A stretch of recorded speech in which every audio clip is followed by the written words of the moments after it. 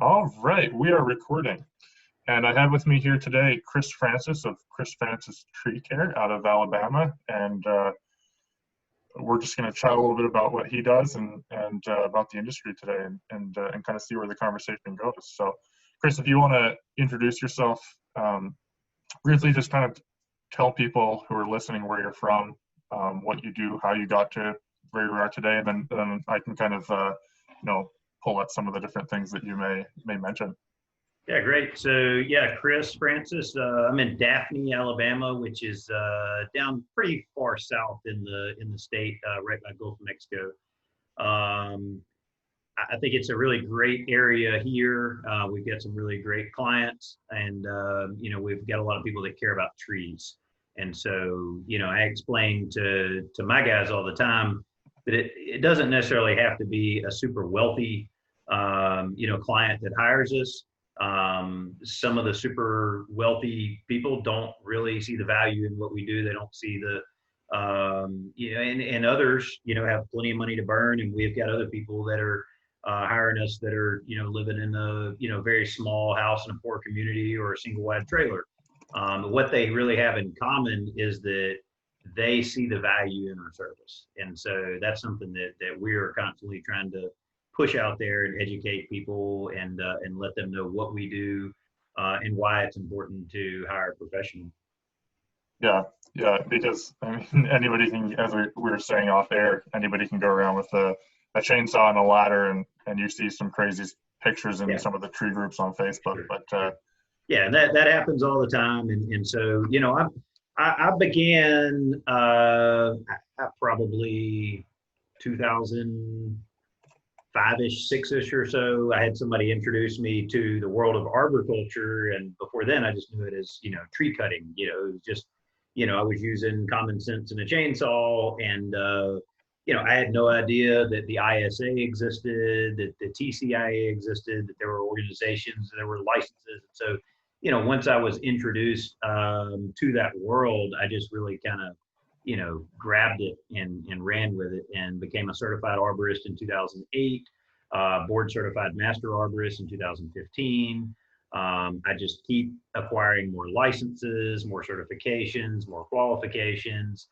Currently working on a master's degree. I'm about 2 years into that. And so, I don't know where it ends from there. I want to keep learning. I want to keep bettering myself. And it really, in this industry, it doesn't take much to really separate yourself. But I think the more that you have, then the better that is, to really push that professionalism. And it's, we're typically not competing on the basis of price. It'd be silly to say that people don't care about money or they don't care about price. I don't think that's it at all. It's just that, they see the value in what we do, and they respect that, and they're willing to pay a little bit more to have somebody that's properly licensed, that knows what they're doing. They're not going to hack their tree up, not going to tear their yard up, that's got the proper insurance and workers' comp in case, somebody gets injured or something gets torn up, and they want to make sure that things are done right. And people are willing to pay more for that. yeah, so talk a bit about prices, I guess, because that's something you see people complaining about it on the daily and multiple times a day in the groups is, oh, I just hate these weekend warriors that are out with a chainsaw, and I guess I'll keep bringing up that vision of someone when just toting around a chainsaw with no real know-how. But how do you compete with those people? I know you said you're not really in competition because you're distancing yourselves from them by the value add that you bring. But maybe you could talk a bit about that from your perspective. Yeah, so I used to be that guy. I used to be that guy with a chainsaw and I would just do what the client asked. They needed a limb trim, they needed something cut off the roof, they needed a tree cut up or cut down or whatever. That's what we did, and we just just me personally, started out that way. And so, I don't fault someone for working, but yeah, realistically, if you've got a company, a legitimate company that has the proper insurance and the proper certifications, we're doing things the right way, we're abiding by the OSHA guidelines, we're complying with the ANSI standards, you cannot compete on price with somebody that's just a pickup truck and a chainsaw. That's not going to happen. He's going to be $50 where I'm 500, or 5,000. I mean, it's just, it's two totally different worlds. And so there's a lot of educating clients to let them know, what the difference is. And it's tough because it's very easy to go down that road of negativity and say, oh, well, you don't want that guy because, he's really bad and this and that and the other. And so, rather than dissing the other guy and really telling somebody how bad he is, we really just do it on the positive side where we just let them know, like, hey, this is the insurance that you're looking for and this is what it covers. This, you need to get a certificate and we'll send you one. And the certificate is going to basically, tell you, it's going to come from our insurance company. It's going to tell you that we have X, Y, and Z insurance and what it covers. And if for whatever reason we don't pay our bill, then they're going to send you a notice that says, hey, this guy is no longer insured. And so, we're letting them know about some different, some generic things that could happen. If somebody was injured, something hit the house, something smashed their fence, smashed their car, what could happen and then what would be covered. And a lot of people, they're not in this, they're not in this, day in and day out. And so they don't know the details. They don't know what happens with that. Most people have their job. They're good at that. They're an accountant or, an engineer or whatever it is. And they're doing their job. They don't really understand our jobs fully. So, and part of our job is to educate them and let them know. But part of it is to educate them on trees as well. And so people ask us to do really silly things with trees all the time. And because we're held to a higher standard, because we really want to be the professionals, so I don't want to be combative with a client, but let's say you call me out and you say, hey, you know what, I'm really scared of all these limbs hanging over my house. So let's just cut all the limbs off over my house. And so then I have to kind of step back and say, okay, well, what are you trying to accomplish? And so, well, I don't want these limbs to fall and hit my house. So then we're looking at unions, we're looking at the limbs, we're looking at the tree, we're looking at a few different things. So, when it boils down to it, we're saying something like, okay, well, if the concern is the limbs hitting your house, then let's trim the limbs off your house. Let's get some clearance. But if we just side trim the tree, then we're going to create some torsional stress in the tree. We're going to create some other issues. We're going to create decay problem by cutting this big limb off. And they're like, oh, I had no idea. I didn't really think of that. And so, so now we're educating the client. Most people don't really want to butcher their tree. They just care about their house more than their tree. Some people really care about their tree more than their house. So, I mean, it depends on who it is. But a lot of people, they want to care about their family, their house. And I get it. So I don't want a tree to hit my house. I don't want a limb to fall and hit my house. But if we can talk to them about reduction pruning, we can talk to them about, maybe a cable in the tree. Maybe we can talk to them about just some clearance over the house, something like that. That typically satisfies that need. People call us out. They say, hey, I want you to top this tree. I'm like, all right, well, so what are you trying to accomplish here? And so, well, I'm afraid the tree is going to fall and hit my house. I had one the other day. It was a bald cypress. Beautiful tree. Nothing wrong with it. She just wanted to cut it down because she was afraid it was going to hit her house. So it's really hard, thin line to walk and say, this tree is not going to hit your house, because that tree could hit her house. That tree could fail. Every tree has some risk of failure. But realistically, a perfectly sound, solid bald cypress, I could see the root system because there's knees everywhere. I know where the roots are going. They're going everywhere. It's got a really good root system. It's got good taper, one main trunk, well-developed limbs and spacing and, aspect ratios, good shape. I mean, I was like, there's nothing wrong with this tree. So it's really tough to say, hey, this tree is not going to fall on your house. But what I'm really trying to tell her is this tree's not going to fall on your house. So what did you do? What did you tell her in the end? Yeah. So ultimately we're looking at risk. We're like, okay, look, you've got risk ratings, right? And so this tree right now has a low risk of hitting your house versus this one over here next to it that you weren't worried about. This tree has a high or an extreme level of risk. And so this is what we should be focusing on, is this defect in this tree, not so much this one here. If the concern is that some tree may hit the house someday, just cut every tree down, cut everything down, be done with it. But then you could actually increase wind loads and may actually cause some more damage to your shingles. So, it gets complicated. But yeah, ultimately, it is trying to explain that risk to them that yes, the tree may actually fail, but has a very low risk, of failing and hitting in the house. And ultimately we wind up not touching that tree at all. We're not going to do anything. We're going to work on some other trees. Most tree guys, they're going to say, yes, ma'am, no problem. That tree is X amount of dollars and we're going to grind the stump for this, and that's it. They're just taking orders. So you're turning away work sometimes because you're kind of educating them that, no, it doesn't need to be chopped. Okay with that. I'm okay with that. So we have plenty of work. Right now we're booking 2 months out. We got 2 different tree crews plus a plant healthcare crew. There's no shortage of work. So I would rather do the right thing. I would rather not cut down a perfectly good tree. I would rather not cut down a huge limb that's going to cause a problem for the tree. I'd rather not side trim your neighbor's tree just to make you happy and then it really butchers his tree. For one, I don't want the liability from it. When something does happen, it comes back and says, well, whoever trimmed your tree, how many ever years ago, this is what resulted in the damage of those things happen. But also, I don't want my name on that. I don't want somebody to see that kind of work and say, well, Chris Francis did that or his company did that. No, I don't want that on me. Yeah. I'm not going to do it. So we turn down. So typically what happens is we educate the client. Most people are reasonable. They get it and they say, oh, okay, well, we didn't really want to butcher our tree. We're just trying to protect our house. Okay, well, cool. So let's do this, this, and this instead. Some people are just adamant. They say, hey, it's my tree. You will do what I want and you will do this and blah, blah, blah. And we just walk away. Look, sorry, it's not going to be a good fit. We're not going to work for you. And they'll find somebody else to do it. Occasionally somebody comes to their senses and they call us up and they say, I started researching what you told me and you're right. And we need to do something different. Most time when they're that bullheaded though, they just find somebody to do the work for them. And now, they're right. I was wrong. They fixed it. They took care of it. I drive back by it. Their tree is butchered, looks like hell.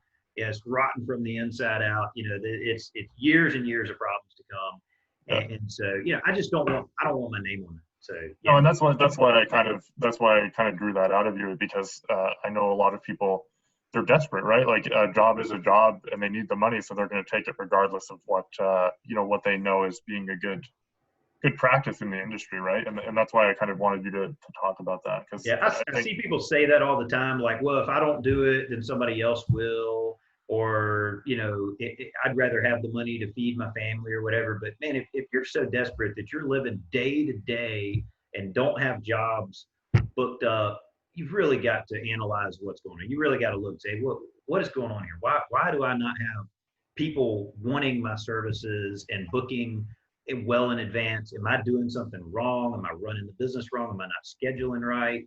Am I doing really bad work? But at no instance do I want someone to think that we are the least expensive, or that we're going to do, that type of work. Hey, let me silence this phone real quick. You're not the tree butchers to just go around and make firewood. You're in the long run, you want customers to know you as an expert. And I mean, that's ultimately why you're going to get all the training. That's right. So imagine somebody on this grand plantation with these huge, beautiful, low drooping live oaks and everything. So if they don't know any better, are they going to call a professional to take care of their trees? They love their trees, right? Yeah. Or are they going to call the guy that with his sign out in front of a tree that's all hacked up? Because in their mind, they're thinking, man, if I got him over here, he's going to hack my trees up. Because those trees have value, they're adding to the landscape, and so they want to get someone who's going to add to the value, not just hack them up and cut them down. Yeah, right. I love that. You talk a bit about people being desperate and they should maybe look at what they're doing to get business, and maybe you can talk about mistakes you made along the way for starting your business and getting customers to what you're doing now. That's obviously 2 months out. That's awesome. That's a really good place to be. So maybe you can talk a bit about that for either up and comers or people that maybe are struggling with that right now. Yeah. So when I started out, so I started out mowing lawns as a kid. I didn't get an allowance. I mowed my grandmother's yard. She paid me a little bit. My eyes lit up. I went, I could probably mow other yards, so I mowed the neighbor's yard. And so I started a legitimate lawn maintenance business while I was in high school. And then that was a pretty obvious, jump into landscaping because people need things done. And so, we were doing that. We found ourselves in the tree side of things. And what I had assumed was that clients wanted someone to handle everything. They wanted somebody to be able to take care of their sprinkler system. The one-stop shop. Say it again. The one-stop shop, basically. Oh, the one-stop shop, yeah. And their trees and everything. Well, it turns out that's not really the case. Especially the clients that we're really going after, they want a specialist. They're not going to call in, you know, a handyman to redo their plumbing, you know, paint their walls, put on a roof, build a fence. I mean, you know, somebody might be capable of doing some of that stuff, but when it comes down to it, you need an electrician. You need an electrician. You don't need a plumber. You know, you need somebody that knows what they're doing. They're an expert in that field.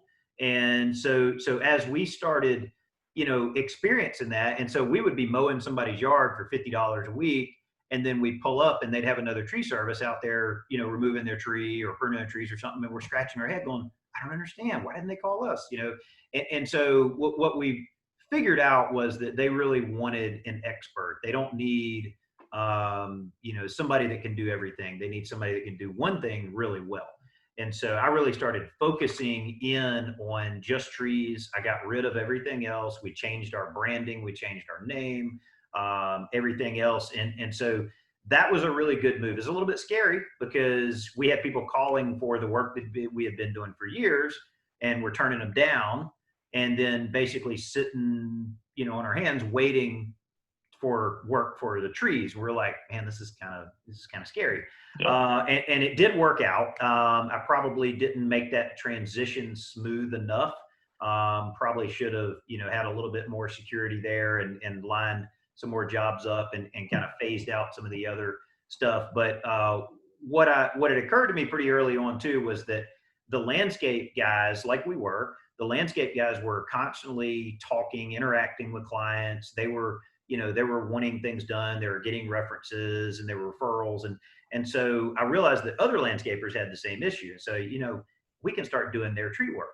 Well, the landscape guys, I don't know if it's a pride thing or if they didn't want somebody else's landscape service in the yard as well as them, or some of them actually told me, hey, we don't want you to steal our landscape job and our maintenance job from us. I'm like, man, I don't want to. When you were doing all of it. Yeah, I don't want to do it. We just want to do your tree work. And so, you know, after a while, I said, you know what, let's just get out of everything else. Let's stick to trees. Yeah. And so if it doesn't involve trees, we don't do it. And there's plenty. So for an example, there are a ton of guys out there that treat grass, lawns, you know, so they spray for bugs, they spray for fungus and weeds and everything else. So if I'm in that same market, I'm competing on price, or I can be the best lawn treater ever, but how can I be the best lawn treater guy ever and also the best qualified tree expert ever? You can't do both. And so then you wind up competing on price. Well, there's people doing introductory offers for $30 a pop or something on that. You can't make money at that. And so we have a plant healthcare division that focuses on trees and large shrubs. Well, hardly anybody else does that. And so we can go out and pretty much name our own price on those kind of things. We're not competing on price. We are the expert. We are the arborist. We are the expert, and they need something done, something treated, some bug sprayed, or some issue with their plant, or it's yellowing or whatever it is. Then we are the ones they call. We're the ones that we go out and we handle that. And we can actually make a decent living at it because we're not trying to just barely scrape by to get those. So did we drift way too far? No, I love that. I think that you hit on something really key there because from my perspective too, like the clients that you know, as I'm building my business, I don't want every Tom, Dick, and Harry that wants someone that can do everything, right? You've got to focus in on the people that are going to give you what you're worth. And I think that was interesting how you kind of hit on the fact that when you were doing the one-stop shop model, people weren't really considering you to be experts in probably really anything. You did everything. And so when they needed an expert, they got that. Whereas, you know, the people that are looking for you now, they're looking for experts that are probably paying much higher dollar values than someone who's like, oh, well, who can do everything around my yard, right? So my mindset back then was like, man, we can do it so much cheaper. Why aren't they using us? They weren't looking for cheap. They were looking for an expert. And so, you know, people beat themselves up on price all the time. And so, you know, if I'm going out to look at a tree, you know, let's say the lady's getting 3 estimates, I'm trying to figure out in my head, okay, what is the other guy charging? Wonder what our other estimates are. Man, I need to beat that estimate so that I can get this job, right? Yep. So, the other guy's probably bidding whatever, $2,000, and the other one might be $2,500. Well, man, I need to come in at, 18, 1900. Well, what if they're lower? Maybe I'll get it for 1500. That'll get the job, right? So I want to be the lowest bid so I get this job. Yep. Well, what has not gone through, the proper procedure is how long is this job going to take? What does this job need to pay so that we can pay our people, we can make normal profits, we can buy equipment when it comes time, our guys can actually, live, they're not just paycheck to paycheck, they can make a decent wage. And so, if you're always just going after the lowest, trying to be the lowest bidder, then it's really going to be tough. It's really going to be tough to make it.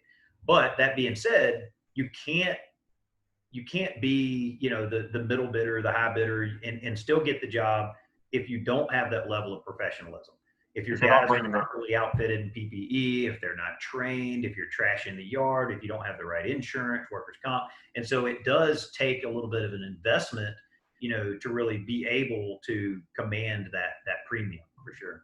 Yeah, no, exactly. Because people are not necessarily buying the price they're buying, what they know you're not going to smash their window. They know that you're not going to ruin their yard. They know that you're going to give them the best advice, especially with what you were talking about earlier with, kind of building your brand around giving good advice, not just taking the job because you can cut the tree and make some money. Right. Yeah, I think that, I love that. I think that's so important because, the temptation is, especially when you're starting out, is to just grab at anything. And you kind of touched on it there, is that, if you're taking the $1,500 job when really you should be charging 25 or 3 or 4, you could get a job and keep your guys busy, but you might actually be losing money on the job, and it would have been better to stay home that day. Sure, yeah. So and that's the mindset that you really have to have, and it's tough because when you do have bills to pay and you have things, but yeah, why go not only lose money on the job, but then incur that additional liability that, if everything went right on that job, you still lose money. Well, that's a raw deal. Well, there's a lot of things that could go wrong too. What if you do break that window? What if you do crack the driveway? What if somebody gets hurt? Then, where's that money coming from? So you have to be able to have some cushion in there in case something happens, and you got to be able to make money on the job. Ideally, nothing happens, nothing goes wrong. That's great. But in the real world, things do happen. We run over something. We don't know what's under that driveway, and, it might be hollow and we crack it. Well, instead of arguing with the client over, well, your driveway was this or that or the other, we just fix it. Yeah. Okay.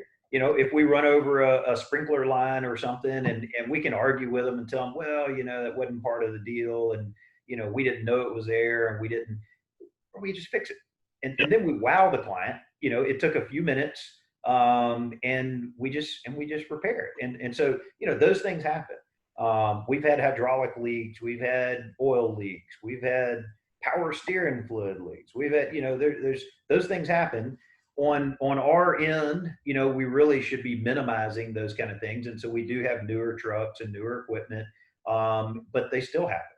I had a brand new lift that I bought that on the first job that I took it on, a hydraulic line blew out from underneath it and spewed hydraulic fluid all over the guy's yard. It wasn't because it was an old piece of junk. It was brand new.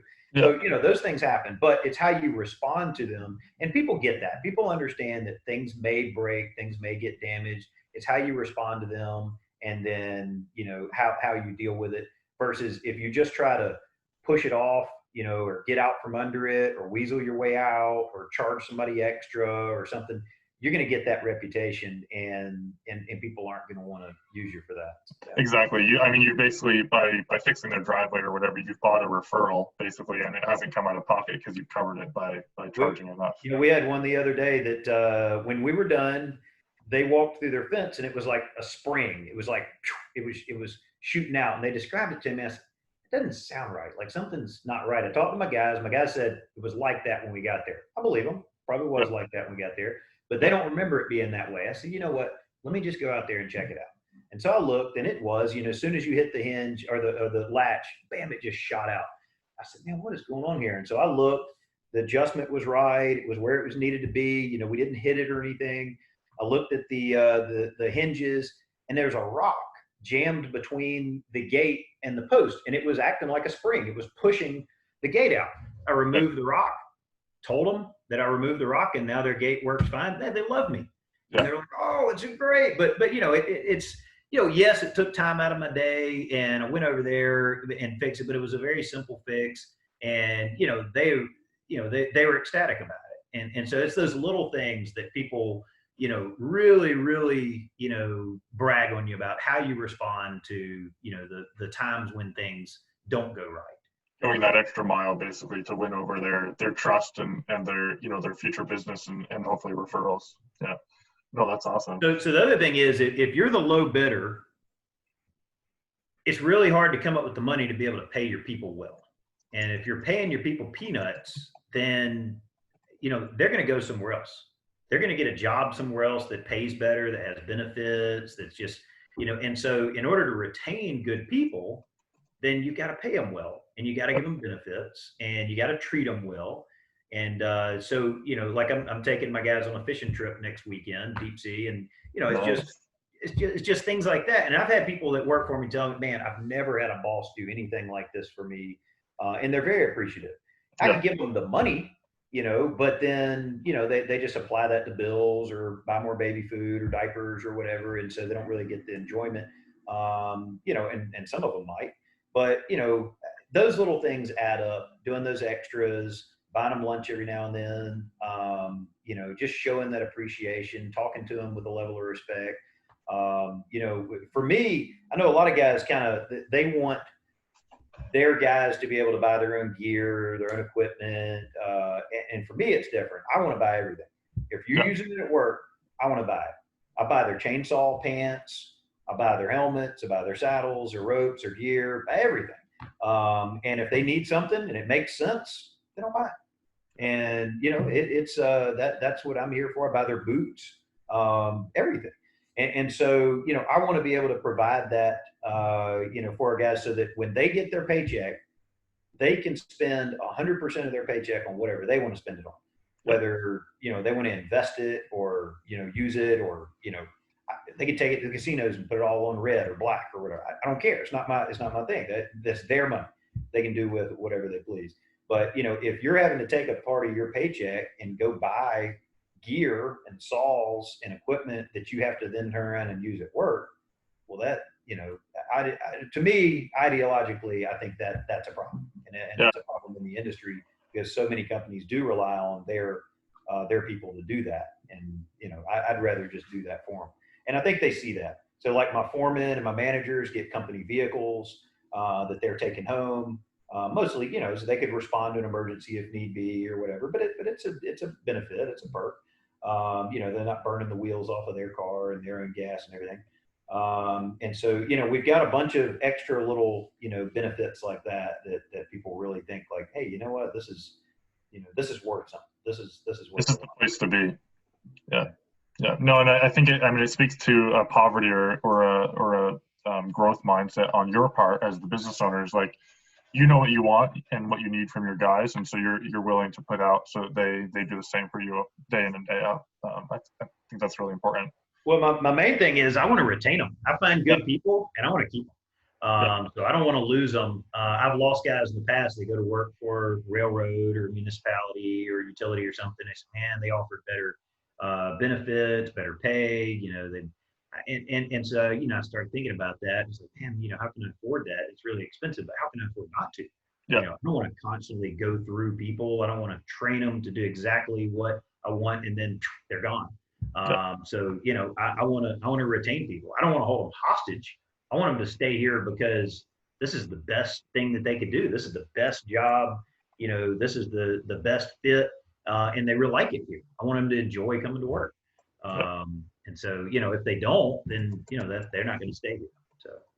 I love it. I know we're getting near the end of your time here, but maybe you can just leave people with one thought, kind of a parting thought in ways to better serve clients and better represent the industry, because I know you've put a lot of work into becoming the best in the industry and that. So maybe you can just talk quickly to that as we wrap up here. Kind of a loaded question. Yeah, it's a loaded question. So you should have given me that ahead of time. Give me time to think about it. There's no right answer, obviously. Yeah. So ultimately, it really is about being the professional. And it was drummed into my head years ago, and I listened. So Fred Cap was one of the trainers, and he kept saying, don't be the cheap guy, don't be the low bidder. You need to be the professional, become the professional, and you don't be an order taker. And you need to be the expert. And so I said, you know what? Like, I think he's right. I think he's onto something. And it turned out really well. We're a very successful business, provide very successful service, for our clients, and I live a pretty decent, life because of it. But you can't just put it out there. You can't just put it in, in a memo or writing. You got to lead by example. And so whenever I go on jobs, I've got my, class 2, class 3 shirts. I've got hard hat, eye protection, hearing protection. Like, you're not going to see me just walk up and pick up a saw without, protective chaps or pants or something and start cutting and go, oh, it'll be fine. You got to lead by example. So you got to be there. They're not going to do it if you're just telling them to. You've got to be able to lead, and really get your guys to pick up and to buy in, on that safety attitude, that mindset, and that professionalism. If I tell them, oh, it's okay, we can top this tree, but then normally we don't. No, we got to be consistent. And so, I think that's a big part of it, is just building it up. It's not going to happen overnight. I can't just move to another city in anywhere USA and then suddenly become the expert. I can say that I am. I can say, I can advertise all these things, but there's a big part of it is just repeat business, referrals, that people trust you. I think trust is a big issue where, you've earned somebody's trust. And it doesn't always have to be big things. And so, like, a lot of people will start out with something pretty small. Maybe they just need a limb trimmed over their house, or they need a consultation to discuss their plants or something. And so we go in, that doesn't pay very much. You're kind of looking like, is this really even worth my time? But you have to make it worth your time. But then once they do that, then they are more likely to spend other money with you at a higher level of risk. They don't want to just jump right out there and give you a ton of money. They may say, okay, well, let's kind of start with something small and see how he handles that. And so, don't be afraid to take on a small job. It still can be profitable. Don't be afraid to, consult with people. I tell you, my consulting clients, they're great because they are listening to me. They're paying me to be there. So they're attentive, they're respectful, they're on time. They see the estimates are a little bit different because, they may be getting multiple estimates. They may not really respect what I'm saying. They're just kind of, they want a price. They're looking for the lowest price or something like that. So you have to be able to separate yourself out. But yeah, if you can find a way to do consultations, for people, and then they really buy in, to your service, they're already invested. And then, and I tell people all the time, I'm there on a consult. You need this service, let's say this tree is really rotten, needs to come down, it's an imminent risk or something. Okay, so this tree is coming down, right? So you don't have to hire me to do this, but here's what you need to be looking for. Here's what you need to do. Or if it's a pruning, you need an arborist to prune this. Don't just hire anybody to prune this. I try to tell them, I realize there's a conflict of interest. I'm not here to sell you my services. We do offer this and this and this service if you need it, but I'm not here to try to sell you something. And most of the time their response is, oh, no, you're our arborist. Yeah, they're already, at that point, they're already invested, so they're not getting other estimates. They're not, basically they're saying, okay, well, you're here. What you're saying is valid. I believe you. I trust you. And then now I want to go to the next step. And so we can do something else. So yeah, that trust is huge. Being consistent. Ethics, you don't wake up as an ethical person and then just go to work and then flip a switch and then be a horrible, rotten, unethical person to your clients, your employees, your vendors, or whatever. And then at the end of the day, flip it back on and like, here I am. I'm a good father. I'm a good husband. It doesn't work like that. You're an ethical person all the way around. And so people like to think, oh, well, business is business. No, no, no, no. Being a human being, treating people with respect, treating people the right way, doing the right thing, being ethical all the time, that really pays. And so, if you want to, go do, I don't know where I'm going with this, but what you do in your personal life matters in your business life, and what you do in your business life matters in your personal life. And the two should really be right there, one and the same. You shouldn't be a totally different person. No, I love that, because I mean, people are going to sense, whether they're going to sense, you're selling to humans, right? One of my mentors said, like, who are you trying to sell to? And I was like, well, this is like my ideal client. He's like, no, you're selling to humans, right? And it's like, oh yeah, I guess you're right. Yeah. Right. And so humans can sense the BS, and they're gonna either, sense none, or they're gonna sense that people are full of it. So I think that I love that. That's really good advice for anybody. If you don't know something, tell them you don't know. Yeah. If it's something you feel like you should know, you can look it up. So I don't know what kind of tree that is. I don't know. It's not one that I'm familiar with. So, but I've got tree ID books. I've got ways. I've got friends. I've got other arborists. We'll figure it out. But don't BS them. Don't tell somebody that it's something that it isn't. And so just stay true, and just be a decent person. I think that really accounts for a lot of it, for sure. I love it. I appreciate your time, Chris. We'll wrap this up because I know you got some other stuff to run to. But I've really enjoyed this. I think that people will get some good value out of what you brought today. And what I'll do is I'll end the recording here, and then we'll just wrap up off air, and you can go off and finish your day. All right, great. Thanks for having me. Thank you.